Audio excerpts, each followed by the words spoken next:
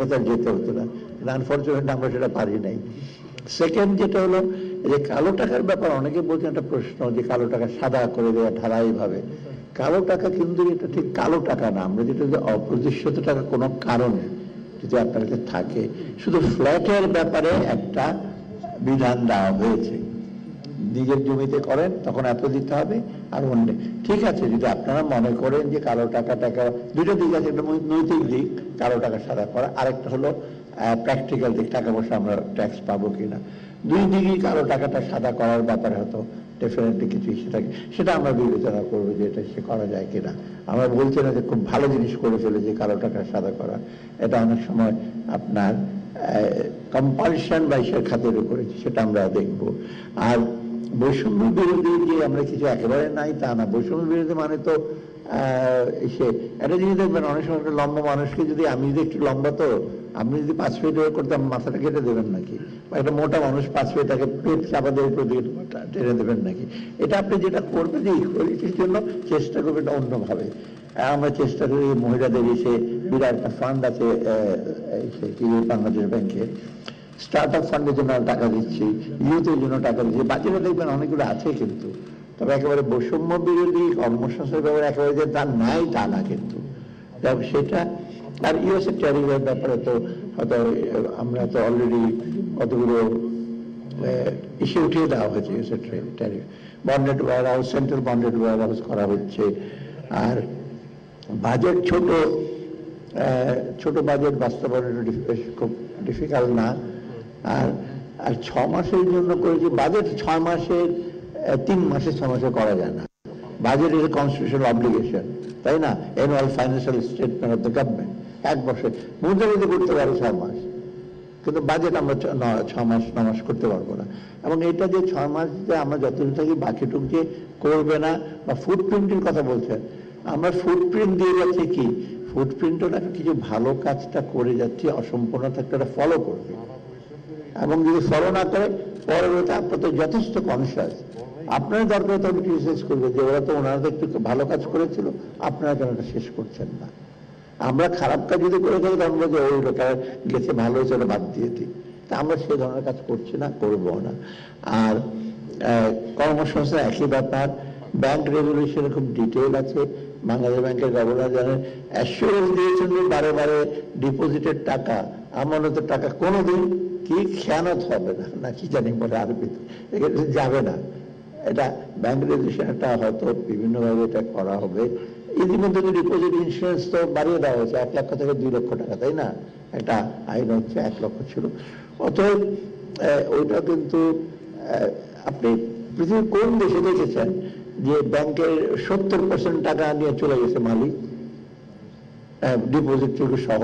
ধরেন 20,000 কোটি টাকা ছিল, তার মধ্যে 15,000 কোটি টাকা নিয়ে চলে গেছে। এটা এরকম তো ব্যাংক তো রবারি তো খুব কমই করেছে লোকজন। অতএব এগুলো রেগুলেশন করার জন্য ডেফিনেটলি আমরা চেষ্টা করছি এবং করবো, এটা প্রতিশ্রুতিবদ্ধ। এবং এই আইনটা যেটা করা হচ্ছে খুব সহজ কাজ না, but definitely will have to do it. এই মোটা দাগে যদি এখন গভর্নর সাহেব যদি কিছু বলেন বা অন্য কিছু বলেন, হ্যাঁ ফাইন্যান্স সেক্রেটারি কিছু বলবেন না, আচ্ছা অর্থ সচিব বলবেন কিছু। কয়েকটা পয়েন্টে বলি স্যার। যেমন একটা প্রশ্ন শুনলাম যে ব্যাংক ঋণ 1,25,000 কোটি টাকা, এটা ঠিক না। আসলে আমাদের অরিজিনাল প্ল্যান ছিল এই অর্থ বছরে ব্যাংক থেকে 1,37,000 কোটি টাকা নেওয়া, কিন্তু আমরা গভর্নর সাহেবের সাথে আলোচনা করে যখন দেখলাম যে ব্যাংক থেকে যত বেশি নিব তত আমাদের ওই ক্রাউডিং আউট হবে, তখন এটা কিন্তু 99,000 কোটি টাকা নামিয়ে এনেছি। আগামী বছরও এটা আমাদের 1,04,000 কোটি টাকা, 1,25,000 না, 1,04,000 কোটি টাকা। এখানে আমরা সচেতন যে ব্যাংক থেকে বরোয়িং কমায় আমরা বিকল্প বরোয়িং কীভাবে করা যায়। যেমন আমরা সুকুক বন্ড ব্যাপকভাবে যাচ্ছে এবং বর্তমানে এটার ডিমান্ড অনেক বেশি। আমরা এইভাবে নন ব্যাংক যে খাতগুলো সেগুলোকে এক্সপ্লোর করার চেষ্টা করছি। কর্মসংস্থানের বেলায় আমি একটা জিনিস বলি, সেটা হলো যে একটা বইটা তো আমাদের একটা ফুটপ্রিন্ট, যে 65 পাতার একটা বই, এর মধ্যে সবকিছু আসে না, কিন্তু মূল কথাগুলি আছে। তো এই জন্য আপনারা ওখানে কর্মসংস্থানের সবগুলি দেখেন নাই। কর্মসংস্থানে আমাদের এই বর্তমান সরকার অনেকগুলি গুরুত্বপূর্ণ পদক্ষেপ গ্রহণ করেছে। যেমন একটা নির্দেশনা দেওয়া হয়েছে যে সরকারের সকল শূন্যপদ পূরণ করতে হবে। আপনারা ইদানিং দেখবেন যে বিভিন্ন মন্ত্রণালয়ের নিয়োগ বিজ্ঞপ্তি ব্যাপকভাবে বেড়ে গেছে। এটার উদ্দেশ্য হলো যে আমরা এই খুব দ্রুত যেন সব শূন্যপদ পূরণ করতে পারি। স্পেশাল বিসিএস এর ব্যবস্থা করা হচ্ছে। তারপরে কর্মসংস্থানে আমরা এই বেশ কিছু উদ্যোগ নিয়েছি, যেমন এই স্টার্ট আপ ফান্ড 100 কোটি টাকা, নারীদের কল্যাণে কর্মসংস্থানে 125 কোটি টাকা, উদ্যোক্তা তৈরির জন্য 100 কোটি টাকা।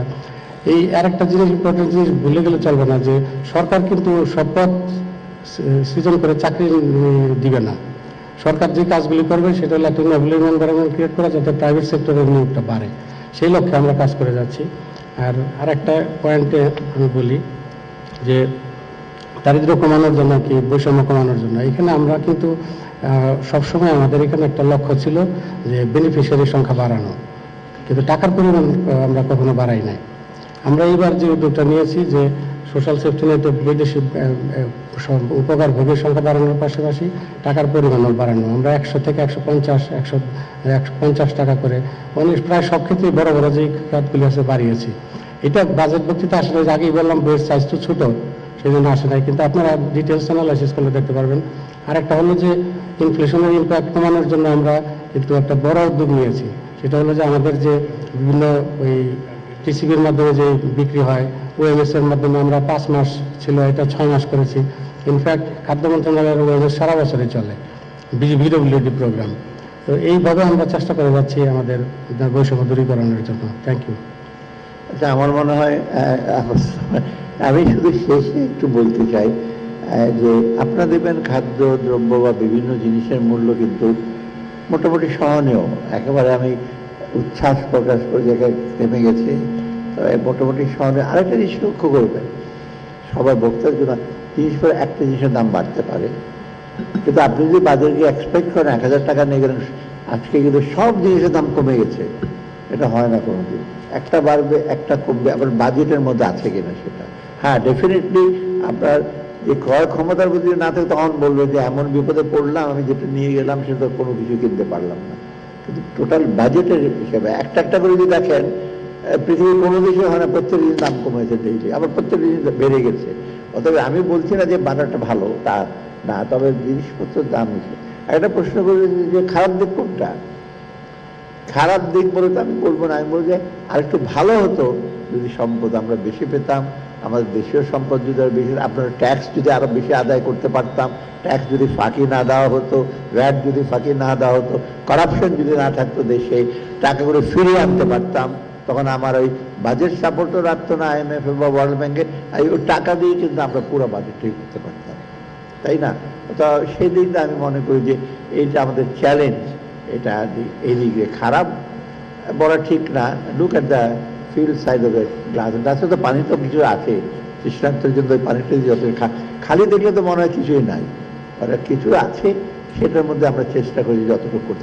সেটার মধ্যে আপনাদের একটু সহযোগিতা দরকার, আপনাদের একটু, আমি বলি কিছুটা সহানুভূতিও দরকার। হ্যাঁ, আপনারা ক্রিটিসাইজ করবেন, সমালোচনা করবেন, একটু পজিটিভ কনস্ট্রাকটিভ ওয়েতে, বা ভুল শুধরে দেওয়ার জন্য ডেফিনেটলি বলে ভুল পথে আপনারা যাচ্ছেন, আপনারা ঠিক করে, সেটা সবসময় আমরা এক্সপেক্ট করি। এবং এই ব্যাপারে আমরা সবাই কিন্তু, আমরা যারা উপদেশ মহোদয় আছে, আমার যে যারা কলিগ আছে, সচিব মহোদয় এবং অন্যান্য সবাই কিন্তু সচেতন, এবং মনে করি আপনারা সবাই কিন্তু আমাদের সাথে একসাথে চলে। বাংলাদেশ থেকে একটু আমাদের পটেনশিয়াল অনেক বেশি, সম্ভাবনা অনেক বেশি, সেই অমৃত সম্ভাবনাটাকে আমাদের কাজে লাগাতে পারি। কারণ সময় কিন্তু দ্রুত হিসেবে হচ্ছে। অনেকে কোরিয়ার এক্সাম্পল দেয়, তাই না? 20 বছর আগে কোরিয়া কি ছিল, এখন 20 বছর কোরিয়া অলিম্পিক করে, এখন ওয়ান অফ দ্য কান্ট্রি। সেটা আমরা কোরিয়া হতে আমাদের বাধা কোথায়, তাই না? আর সিঙ্গাপুরের কথা বাদ দিন, ওটা আইল্যান্ড নেশন, একটা বড় দেশ, সেই হিসাবে আমরা সবার সহযোগিতা পেলে ডেফিনেটলি আমরা করবো। আমরা হয়তো সবসময় থাকবো না, তো আমরা মনে করি ভবিষ্যৎ প্রজন্ম হিসেবে। ইংরেজিতে একটা কথা আছে, traveller there is no path, when you walk you make a path। গ্রামের মেঠো রাস্তা আস্তে আস্তে কিন্তু হাইওয়ে হয়, হাঁটতে হাঁটতে হাইওয়ে হয়। আমরা মেট্রো রাস্তা পার হয়ে হাইওয়ের দিকে যাচ্ছি, হাইওয়ে আস্তে আস্তে এটা প্রশস্ত হবে আগামী দিনে। আপনাদের সবার সহযোগিতা, আপনাদেরকে ধন্যবাদ।